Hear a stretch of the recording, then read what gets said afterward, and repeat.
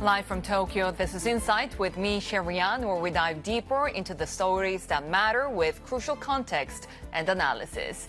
Asian stocks trading in a tight range as a global relief rally loses steam, with exhausted investors again scrambling to decode the latest tariff talk out of Washington. President Trump saying the U.S. is in daily contact with China on trade, and a new tariff rate could come within weeks. But he's denying reports of possible changes to levies on cars and auto parts. We'll be live at the Shanghai Auto Show as the CEO of Chinese EV maker Nio tells us they're focusing on their home market, Europe and Southeast Asia. And we'll discuss market strategies around the latest tariff twists and turns with Mercer and the Credence family office. Now, President Trump says his administration is having daily talks with Chinese officials in pursuit of a trade deal. He also says a lower tariff rate could come within weeks. Here he is speaking at the White House. How soon do you want to bring the tariffs on Chinese goods? Well, that depends on them. If we just set the tariff, it's something that we think that will happen, I'd say, over the next couple of weeks. Wouldn't you say? I think so. Over the next 2-3 weeks. China has been judging us massive tariffs for many years. Let's bring in our China correspondent, Min Lo, as we try to decipher what President Trump is trying to say when it comes to China. Are we sensing perhaps an easing or a backing off in this very hawkish stance? What do we make of his comments? Yeah, it's been really confusing because Trump's message has not been very consistent over these few days. And here he is saying that in 2 to 3 weeks, we could see lower tariffs. And this is the first time we are hearing of a specific timeline, although just a day ago, we heard Scott Bessent saying that a trade deal could take 2 to 3 years to iron out. And President Trump also saying that there has been daily contact with Chinese officials, while just yesterday, again, Scott Bessent saying that trade talks with China has not even begun yet. So who should we listen to here? It's been a bit confusing. We also haven't heard anything to the same extent from the Chinese side. We heard yesterday the Chinese Foreign Ministry saying that their door has always been open to dialogue and negotiation, but it doesn't sound like the Chinese are knocking on the U.S. doors for talks. And we also heard President Trump initially saying he is hoping to reach a deal with President Xi, but now he's also saying if we don't get a deal, that's fine. So perhaps it's a bit of damage control going on here, because we have the White House press secretary here saying that this is not Trump softening his stance on China. This is not a unilateral offer from the U.S. to lower tariffs or de-escalate. And that's despite Scott Bessent reiterating again that those tariffs are unsustainable. So really confusing, but it does seem like there is a little bit more urgency from the U.S. side to seek a deal. But again, who's going to reach out to who first, and whether we can get to something in 2 to 3 weeks' time, I think that's still an open question. And then the thing is that we're also seeing very different media reports, right? One story saying that Washington could phase in lighter tariffs as well. At the end of the day, where could this 145% tariff end up?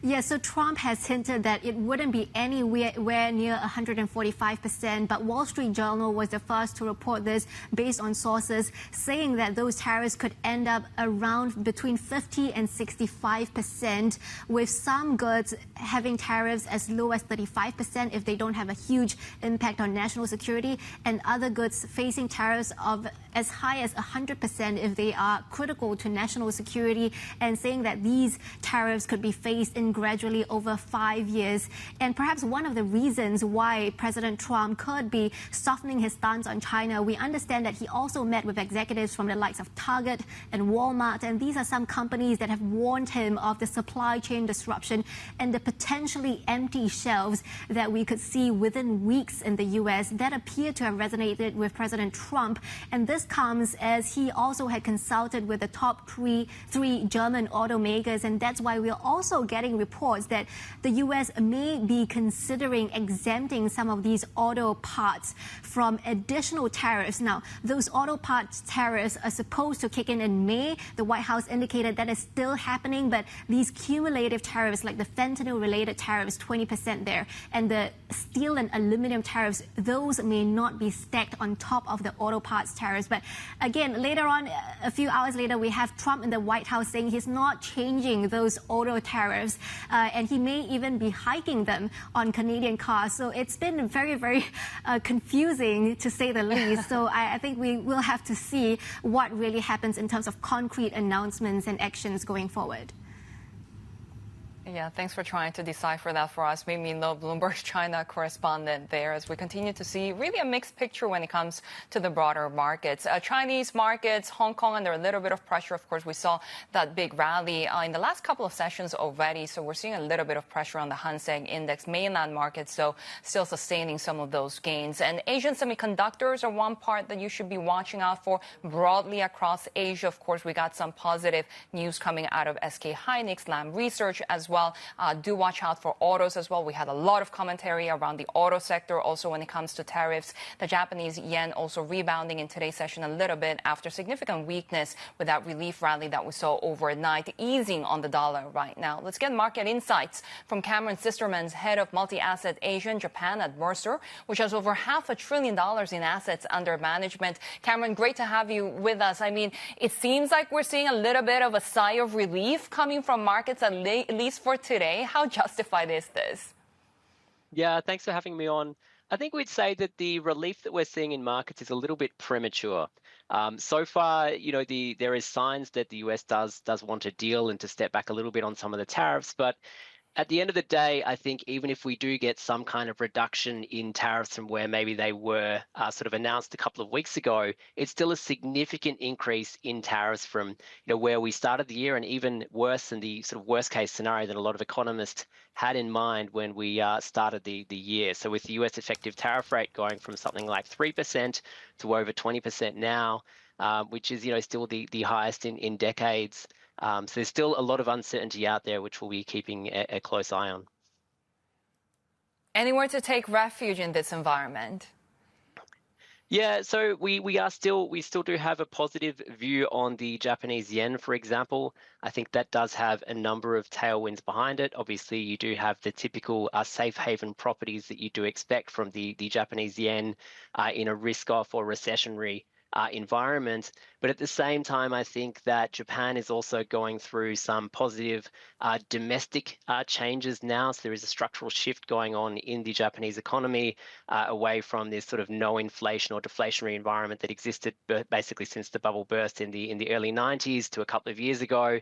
And that's flowing through into higher wages and inflation. And I think that does have strong momentum to it. That can, to a certain degree, offset the external tailwinds that we will be seeing from an external sort of shocks through higher tariffs and so on.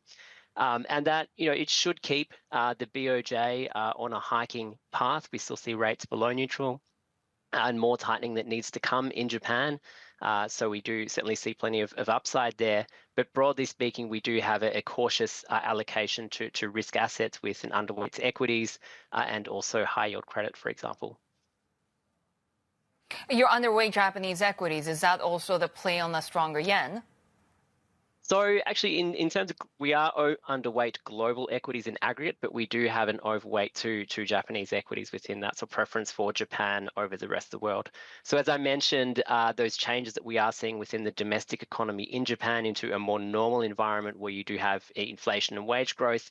There's also strong demand for companies to engage in labor-saving technologies and so on, and a reinvigorating of animal spirits. At the same time as you've also got the improvements in corporate governance, that both of those should contribute into higher levels of sustainable earnings for Japanese companies, as well as higher equity multiples here, which does leave Japan in a relatively strong position. But globally, if we look at equities, I think, as I mentioned before, the picture towards tariffs and what's going to happen here is still a little bit naive. So for both US and global indices, we certainly see a lot more downside from here. So for example, I mean, the tariff hikes, it's hard to stay on top of the news, as we were just mentioning before.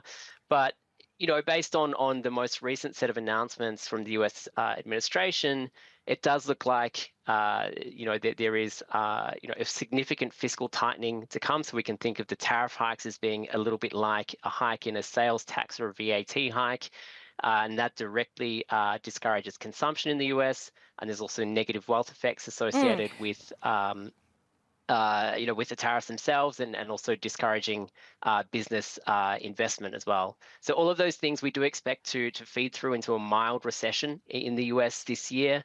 So it's certainly a lot of downside for corporate earnings. How much do you expect the Fed to help with that picture for the US if we do see more easing coming from the central bank?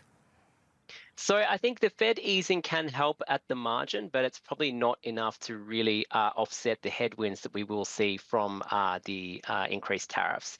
So this is estimated to be the biggest tightening in US fiscal policy in around 6 decades, and might take something like 2 percentage points off US GDP growth.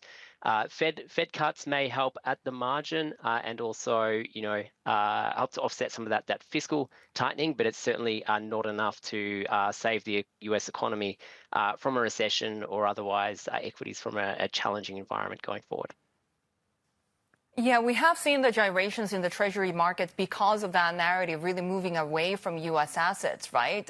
Do you still see Treasuries as having an edge, or has that been really hurt by what we're seeing with the tariff war and, of course, the ongoing criticism of the Fed chair by the president?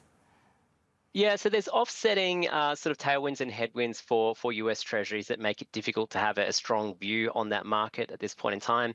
So clearly with a softening in growth and, the US heading for recession, that would ordinarily be associated with much lower Treasury yields and, of course, supported by Fed cuts. But on the other hand, although our base case for the impact of tariffs on inflation is to be a sort of a one-off impact, we don't dismiss at the same time that there are upside risks to inflation, particularly if, inflation expectations become unanchored and that starts to reverberate through wages and back through inflation again. And so that might demand or lead to investors demanding an extra sort of term premium that may offset the tailwinds you're seeing from the softer growth backdrop. So we'd still say that Treasuries maybe do retain their safe haven characteristics, but it's hard to have a strong view. And valuations are broadly fair as we see them now. But it's been really interesting, right, to see sort of the move away from U.S. assets. I mean, we're seeing emerging market local bonds now seeing the best start since 2022 or so. Are we seeing some of those alternatives now emerging? Could we see more really risk-taking towards these corners of the global markets that people had overlooked? Yeah, certainly. I think that's something that we have been seeing and we may continue to see going forward. I mean, for the last couple of years, the US has really been a winning bet across a range of different asset classes, both in terms of currency with US dollar performing strongly and within the equity markets. And so I guess with a softer US dollar, that does provide some tailwinds, particularly for emerging market assets. But I think generally, with that strong backdrop, a lot of investors have had or do continue to have quite high allocations to the US. And maybe as they rebalance or look for opportunities in other parts of the world, that does, further support this sort of dynamic that we are seeing in the markets. Yeah, I mean, we're seeing even the issuance of panda bonds surging to a record. Could China's credit market act as a haven? I think it's certainly possible, yes. China is, I guess, has a very large domestic market and, the authorities there are seeking to encourage a very strong sort of strong bond market as well. So they would like to see their own market as a safe haven. And certainly, I mean, I think that the way that the market has been reacting there in recent years is consistent with that. So yes, I broadly agree with that. When it comes to broader Chinese assets, what's the appeal now if we continue to see the Washington-Beijing tit for tat on tariffs? Yeah, so I mean, generally speaking, we would say that we do have a sort of a neutral view. We don't have a strong or underweight or overweight view on Chinese assets or broader emerging market assets at this point in time. But compared to the global peers, certainly valuations for Chinese equities do appear quite reasonable. And I think if we go back a couple of months, I mean, obviously the key focus in the market now is really on tariffs. But the news that we did get earlier in the year on DeepSeek certainly did indicate to market participants that China and Chinese firms were, not as far behind the US and the rest of the world in their AI developments, and that has helped, I guess, certainly to encourage investors to take a closer look at Chinese equities, and also helped with animal spirits and sentiment in that market there. But I think the key thing that we need to continue to keep an eye on in the context of the tariffs here is obviously that poses a very strong headwind to the Chinese economy, given that there's strong exports to the US, which account for roughly 2.5% of GDP. Obviously, that's not going to disappear immediately, but a lot of that will through time. And so that hole does need to be fueled through other sources of demand. And here, I think what we are watching is whether the Chinese authorities will continue to move in the direction of further stimulating domestic consumption to offset those broader global tailwinds. And I guess that's something we had been seeing since the middle of last year anyway, but it has become a lot more urgent more recently, of course. You mentioned really the exuberance of artificial intelligence even in China, right? We have seen some of those results coming today from SK Hynix, from Lam Research as well. It seems that the AI demand picture remains resilient. How do you invest in this sector or other sectors that could potentially be hit by tariffs? We already have automakers suffering at this point. Yeah, it's a difficult question, and I guess it's something that does need to be looked at, on a sort of a security by security basis for finding those best opportunities, and that's something that we really look to leverage the insights of the sort of equity managers that we utilize in this space. Yeah. Cameron Systermans, good to have you with us, head of multi-asset Asia and Japan at Mercer, as we continue to watch the market gyrations, especially around the semiconductor story. SK Hynix earnings getting a big boost from AI demand. Still ahead, we'll dig into the Korean chipmakers' results next. This is Bloomberg.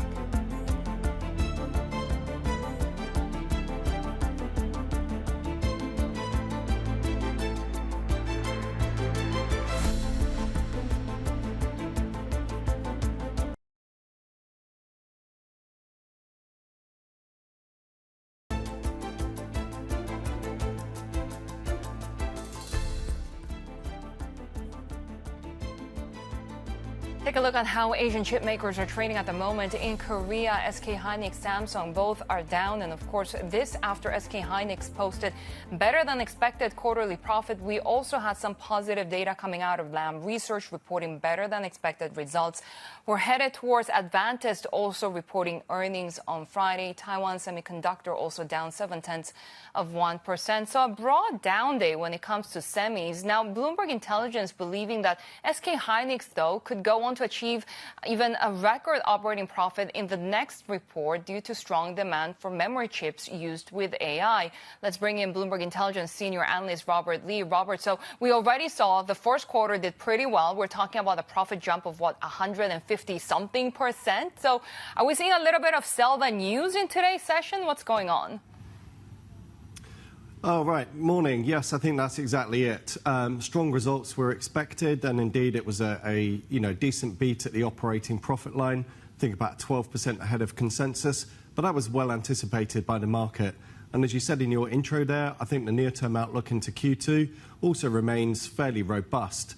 But there are major question marks about the strength of demand into the second half, both given the potential question marks about the sustainability of AI demand, and I think more importantly and more obviously, the big question mark that surrounds the tariff outlook and also the general impact that might have on the macro economy.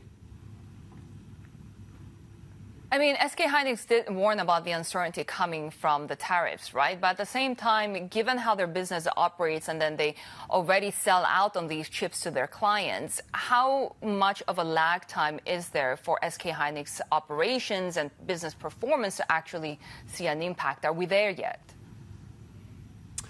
Yeah, I think the issue for Hynix and also Samsung and the other Asian semiconductor companies, given the way in which their businesses operates, the leader or the order frame, etc., Q2 is somewhat is in the bag. We're in Q2 after all. The question mark is really on the second half outlook.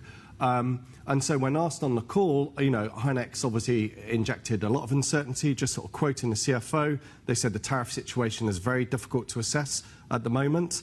Maybe that's a statement of the obvious. But they also said that the uncertainty has grown around the general demand outlook for semis. So whilst a lot of the discussion and debate on Hynix is around their AI demand, and I think the AI outlook remains intact for the time being, don't forget that the core of their business still sells into the mainstream PC sector. They're selling DRAM chips and NAND flash chips, which go into a whole range of common and everyday devices. So again, if we're going to see a macro slowdown as a result of the tariffs that are coming out of the US, there's a potential risk factor on the outlook for the core business, not just AI. And just sort of very briefly returning to the AI outlook, we have seen increasing caution injected into, or uncertainty, I should say. I think there was a US broker came out several days ago stating that maybe Amazon was pulling back on some data center leasing. And if you remember, about 3-4 weeks ago, we saw another broker report coming out of the US making a similar claim with Microsoft that they were also cancelling data center leases. So whilst I think the longer-term outlook in AI remains, pretty robust, there is some near-term or medium-term caution creeping into the second half there. Yeah, and let's not even forget that just a few months ago, we were worried about AI demand in general because of these cheaper models coming from China, right? But Robert, given that we're seeing more of these industrial policies come from all of these different economies, South Korea expecting to spend $23 billion in support of semiconductors, how much of a boost could this give to these specific companies? Well, you're right. I think in terms of the, support at a state level, not just in Korea, but then look at what China's doing and even the US trying to attract investment, and a shift of semiconductor production back to the US. As you remember, again, in the last month, I think TSMC confirmed that they will be investing up on $100 billion, a substantial level of investment in US-based fabs. So in the long term, I think that all remains positive. But there's macro headwinds, to say the least. There's a lot of uncertainty.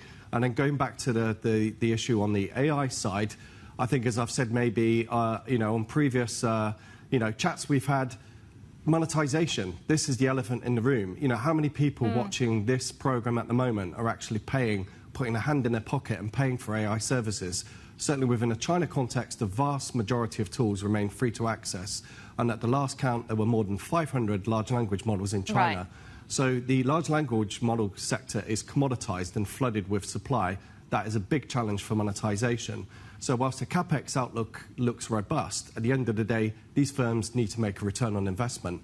And that return on investment still remains quite unclear. Robert Lee, Bloomberg Intelligence senior analyst, and because of all of those challenges that Robert mentioned, of course, we have seen those semiconductors, of course, under pressure in today's session. But take a look at how the broader benchmarks are trading at the moment. Japan went away on its lunch break, not on holidays, on its lunch break to the upside. But we're seeing broadly across Asia, especially across China, a little bit of downside. Hong Kong stocks down more than 1%. The Kospi also losing about 0.5%. We are seeing a little bit more strength on the Japanese yen right now against the dollar. And coming up, we'll speak with Credence Family Office about opportunities in the Indian markets. This is Bloomberg.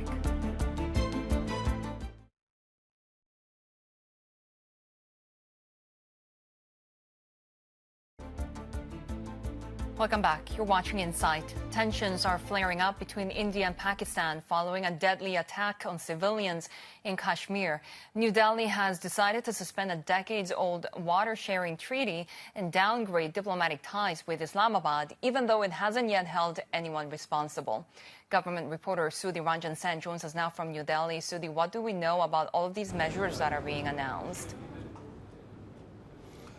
Well, yesterday, after the Cabinet Committee on Security, which is the highest body in India, and headed by Prime Minister Narendra Modi, came out with a slew of measures retaliating to the terror attack.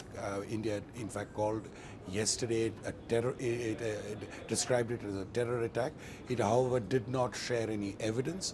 But the measures that came out was that it was suspending the decades old. It's about now 6 decades old water sharing agreement, which was negotiated by the World Bank initially with Pakistan. It is likely to have an impact in Pakistan because millions of farmers, both in India and in Pakistan, depend on the Indus water for agriculture. In the long run, this could have an impact. It has been a very contentious issue between the two sides, with each with Pakistan often raising this diplomatically.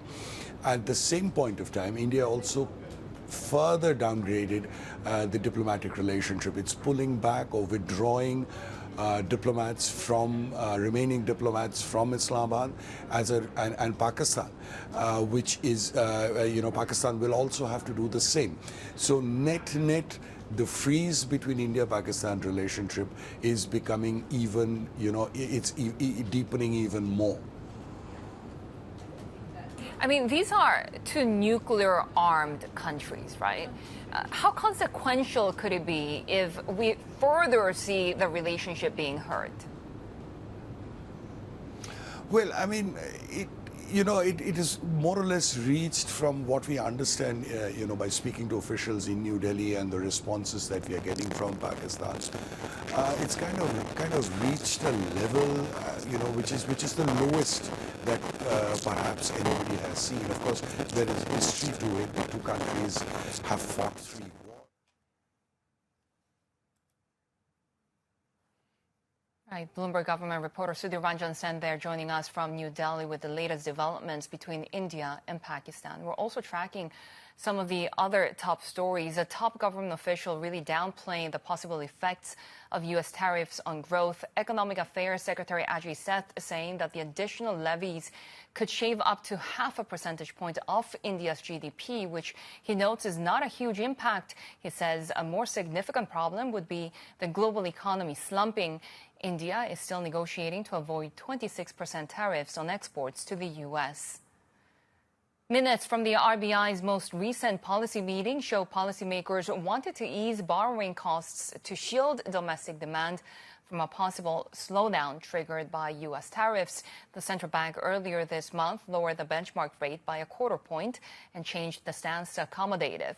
Governor Sanjay Malhotra also noted that the Indian economy was not immune to the aftershocks of global disturbances. And optimism for India's equity markets growing. UBS strategists upgrading stocks to neutral from underweight, moving off a long-held bearish view. They're growing bullish as they seek more defensive and domestic-focused shares. This comes with the Nifty on the upswing, closing yesterday on a 7-day winning streak to match its longest rally so far this year. Joining us now is Chanchal Agarwal, CIO at Credence Family Office. Chanchal, really good to have you with us. Does it make sense that we're seeing this huge optimism over India, especially at a time when a lot of investors seem to be moving away from U.S. assets? No, it's an interesting time, and you mentioned U.S. assets. I think earlier the way both West and Asia used to be seen as West was more developed and Asia is underdeveloped. I think we have entered a regime where everybody is equal, right? So you have to, when you're allocating to U.S., you need to look at U.S. as any other emerging market. And if U.S. is any other emerging market, India does also stand as a chance being an interesting emerging market at this point. So interesting developments on around India. From September till March, we saw Nifty correcting by almost, trough to peak 16%, then recovering 10-odd%. The whole concerns around valuations have vanished to some bit. So we are still median. We've come back to, 18.6 on forward valuations. The historic means are around 17.5. So while we have mean reverted and the downside from here seems pretty less, but yeah, I mean, your 1 year from your upside also seems to be a little sideways. So in all, India equities could return something as similar to as what bonds could see. How healthy are you expecting this rally to be? Because, of course, are we talking about gains that have been concentrated in one sector, or could they be really broad-based and sustainable? No, in fact, it's the reverse this time, right? Earlier, whenever we used to talk about market performance, your Nifty 50 or Nifty 500 was the benchmark. But look at these numbers, right? Q3 Nifty 500 delivered minus 6.8. But when you see the median performance of all the companies, that was close to minus 12.8, which means sectors and companies beneath the top 500 or top companies in the index have corrected more. So I think this is the time to be an active stock picker in the market. You cannot judge the performance of an India market, whether good or bad, just looking at the index. There are a lot of interesting stories, but be beneath index. So you have to see what government is doing, what are the schemes around each sector, and play that accordingly. Obviously, a very interesting story right now is trade. How do you play that? I think that's a very interesting story, and I think India will play it very diplomatically. I mean, you've seen what has happened during tariffs, and India had a very good way of dealing with the whole tariff situation. Very diplomatic. I think we'll use his diplomatic ties again. You've seen the import cuts on EV. You've seen the cuts on electronics that we import from US. In fact, these are the electronics where we don't really have a domestic demand any which ways, right? I think you could, do a negotiation out here where you could, have some deals on the US defense, US oil and imports, gas that we import from there. But at the same time, you could see Indian government negotiating on certain essential exports that we have out from here. So I think all in all, we stand a very good chance in terms of diplomatically getting onto the table and having a trade deal in place. As an investor, do you work around those sectors that could potentially be hit if we do see these tariffs, like pharmaceuticals, for example, given how big that is for the Indian market, and at the same time, some of those concessions that the Indian government needs to make to Washington? So I think you'll have to look at, are we trying to tell a situation where you could shift the entire manufacturing to a country in the next 3 years? I think that's impossible. It takes years and years to put that capex together. And you spoke about pharma. I think that's the most stickiest sector to be, because you need a lot of approvals in place. You need to set up the entire infrastructure in place. That could be very great negotiating power for somebody like India. And President Trump has been very pro-India in terms of getting deals in place. Even if you kind of read the news 2-3 days back, I think he has clearly spelled out that this is tariff as a tool. He's not too serious about it, but he's just using this as a tool to get countries into bargaining power and run around trade deals. If we play our cards smart, I think this could be a very interesting genre for India. I mean, could we see Apple's, increasing the production to 25% to India from, getting production diversified from China? I think you could really see those factors. So very, very positive in terms of how the bilaterals and how the tariff situations work out. Yeah, the thing right now is that we're still trying to figure out how that's going to work out, right? But so far, when it comes to the fundamentals of the Indian markets, are we seeing a sustainable earnings recovery at this point? So if you see the rural recovery, and that's the barometer that all of us kind of point out to, Q3 rural recovery has been, and particularly in FMCG and staples, has been close to 9.9, which is not too bad. Positive for India is, while you don't really see, or you could see tepid earnings recovery, our PAT growth has been phenomenal. I think last quarter we delivered 8.5% quarter-on-quarter PAT growth. If numbers are to be believed, FY26 you could see 9% PAT growth, and the year beyond that you could see the PAT growth increasing to 13%. Now, why is that so? Because your cost of production has gone down, right? We were always sticky on the crude price. We were always sticky on what the dollar rupees tends to be. We were always sticky on the amount of money that is available into the system. So if you see what has changed in the past one quarter, RBI has started inserting money into the system, right? You saw a 50 bips rate cut. You saw almost 600 million of OMOs or FX swaps coming into the system, right? So from negative, you've turned to positive on liquidity, right? That is essential for credit growth, and that is very essential for earnings growth. Slightly elongated answer, but you have also seen government capex coming into picture, right? So that's very important. And third part is private sector capex. Private sector capex is at 12. So your capacity utilization is at 12-year high, right?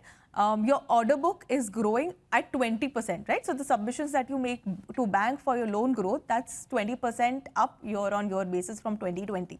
I think these are the three factors which look very positive for PAT growth. And yet we have seen really domestic investors actually sending more money overseas. Is this a trend that we might see continue with more Indians really investing in overseas equities, debt? You'll have to see the performance report, right? So what made us export and invest overseas, right? Two factors. One, our children could probably be studying in one of these B schools abroad, right? I think that trend will continue. The second trend, which I believe will take some of hit, will be your Mark 7 is not performing the way it used to perform a year back or so, right? And we have always invested as an Indian investors looking at past performance, right? So if my US portfolio is bleeding, tell me, will I look at an India story and say that, there's so much happening in India, both on the listed and unlisted market. Should I just, be investing into India and getting that 25% returns, or should I, take a risk of dollar? Second reason of investing overseas was always, rupee depreciation. Now, President Trump has spelled out clearly that, he wants to keep the dollar low, right? Which means you are more or less stable on the dollar-rupee mechanism. If that is not the factor, why should you see that large flows going offshore? So you talked a little bit about the private markets. We continue to see valuations pretty high there. How do you expect family offices to really continue investing in that divergence, whether it's public or private? I think private market had a lot of opportunities, a couple of years back, but valuations and, getting into, so last year you saw the maximum amount of unlisted companies getting into the listed domain, right? And that's a pretty sight for anybody who's on the unlisted side. So I believe the valuations are little on the upside. But you've seen, so India 2.0 is all about interesting companies, all about challenging the whole traditional economics. There you have a lot of opportunities. But that would be pre-Series A, seed stage, early seed stage, right? There I think there is ample opportunities for an investor to play. But beyond that, I think the valuations over there seem to be a little sticky for taking a call. I would be a little cautious. So for me, the calls of the day are, I'll go for early stage companies, pre-Series A, or I'll bifurcate between the listed markets, and in the listed markets I still like the mid cap segment, right? Mid cap could see a earning growth potential of almost 20 to 25% in FY27 versus large cap, right? So these are my two bets on the equity side.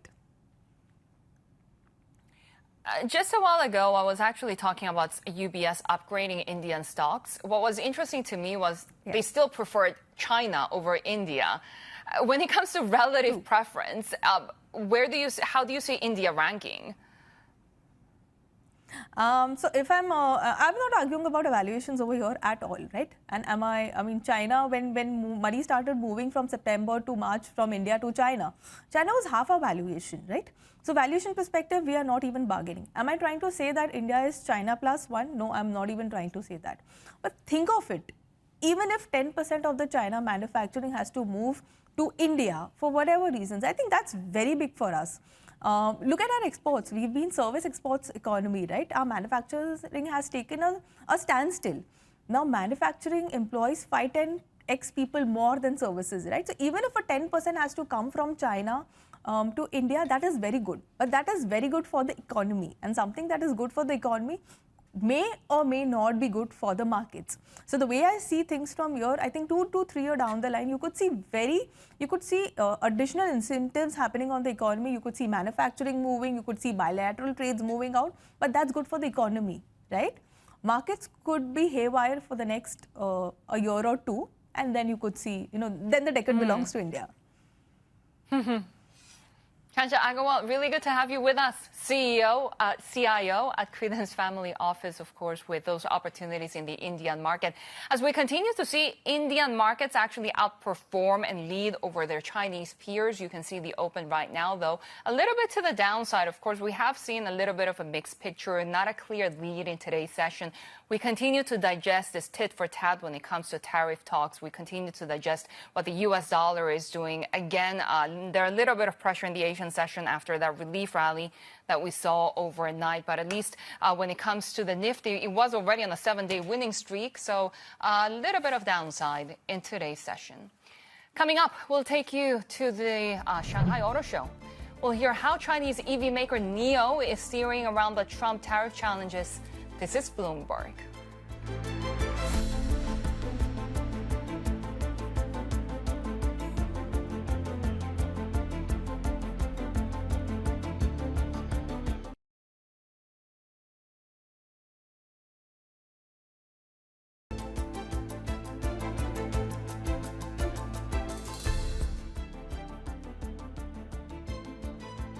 President Trump says he is not considering changes to tariffs on autos and auto parts, even as U.S. officials are reportedly weighing reductions to some levies. And while most Chinese automakers don't export to the U.S., the subjects of tariffs still loom over the Shanghai Auto Show. Bloomberg's chief North Asia correspondent Stephen Engel joins us from there. Steve, so what are some of the highlights that you've had from the event so far? Well, the highlights really is finding out how all these domestic car makers are looking at their available markets. Obviously, the biggest available market is the largest market in the world, and that is China. But again, it's an economy here that is slowing and is sort of avoiding big-ticket items. It's also an economy that is in a deep automobile price war. So they do need to look for available markets beyond China that is not named the United States. And that's why we've seen a number of different influencers and reporters from all around the world converging this week on the Shanghai Auto Show, whether it's from South America, the Middle East, Africa. There is a host of influencers peddling their pieces onto the internet, talking about the merits of the Chinese automobile and their exports. And keep in mind as well, you mentioned as well, Sherry, that they're not necessarily exporting to the United States completed vehicles, but the supply chain of parts clearly connected to the U.S. automobile industry. That's the one we have to watch forward, looking at going forward because of the tariffs on those parts. Now, one company that is turning a different page on its European ambitions is mid-tier EV play Nio. I caught up with the CEO and founder, William Li, who says they're changing their strategy while also maximizing their ability to capitalize on the local Chinese market. Here's my interview with William Li. In the next 3 years, our focus will undoubtedly remain on the Chinese market, as China is the world's largest and fastest growing market for smart electric vehicles, which is also the most competitive. As a company founded in China, we must secure a sufficient market share in our home market and achieve sustainable operations. This year, we have launched 9 new products. Our chips, for example, can increase our gross margin by 4 to 5%. Additionally, we are making significant efforts in managing sales expenses and enhancing the efficiency of R&D costs. Therefore, we are very confident in achieving profitability in the fourth quarter of this year. So I knew your new brand, Firefly, you're going to be concentrating on Singapore and other markets, including Europe, UK. How are you going to change the model there? Because you did go into 5 fairly expensive, largely Nordic countries in Europe, and you said you underestimated the cost structure there. So how are you going to change that cost structure at a time when there are tariffs as well? Firstly, the tariffs will indeed impact our overall business plan. However, on the other hand, our new model Firefly is designed specifically for small car users. From a product perspective, it's very suitable for markets, including Europe. The global market for small cars is approximately 20 million units. We will change our ways of cooperation. In the past few years, we have operated directly in 5 European countries. However, we will now collaborate more with local partners. We will have one partner in each country for long-term cooperation, leveraging their capabilities to expand our presence.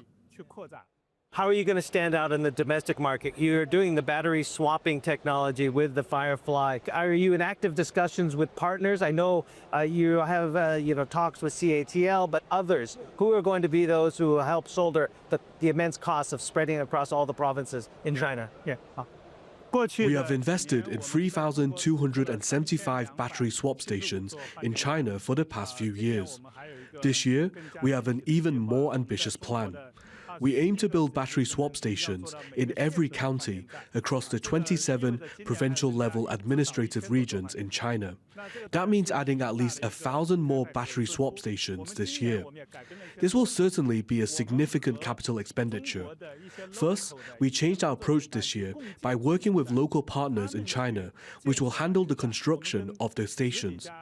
We have built partnership with more than a dozen companies. We will then rent the battery swap stations from them, which can help reduce our capital expenditure.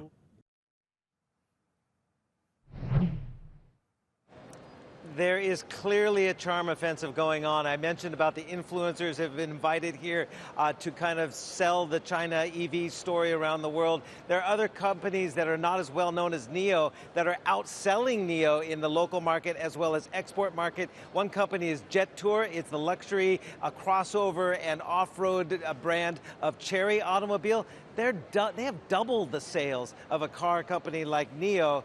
And essentially, I saw and talked to one of the influencers from one of the Emirates, who essentially said these off-road vehicles coming out of China are going to explode onto the Middle East market. Of course, that's probably the wrong terminology, given some of the concerns about safety with the autonomous driving. But he said it's going to be extremely popular in some of these secondary markets, not the United States, not necessarily Europe. Right. An exciting event. Bloomberg Stephen Engel there joining us live from the Shanghai Auto Show as we continue to watch those automakers across the Asian session today. A little bit of a mixed picture, some pressure for some of those Korean automakers. Japan still holding on to gains after its lunch break. We continue to see the Japanese yen strengthening and rebounding from losses that we saw in the overnight session. A little bit of a mixed picture across China as well. The Hang Seng Index under pressure, but mainland markets still sustaining some gains. And here's a look at our guests for tomorrow. We'll speak exclusively with IMF Asia Pacific Director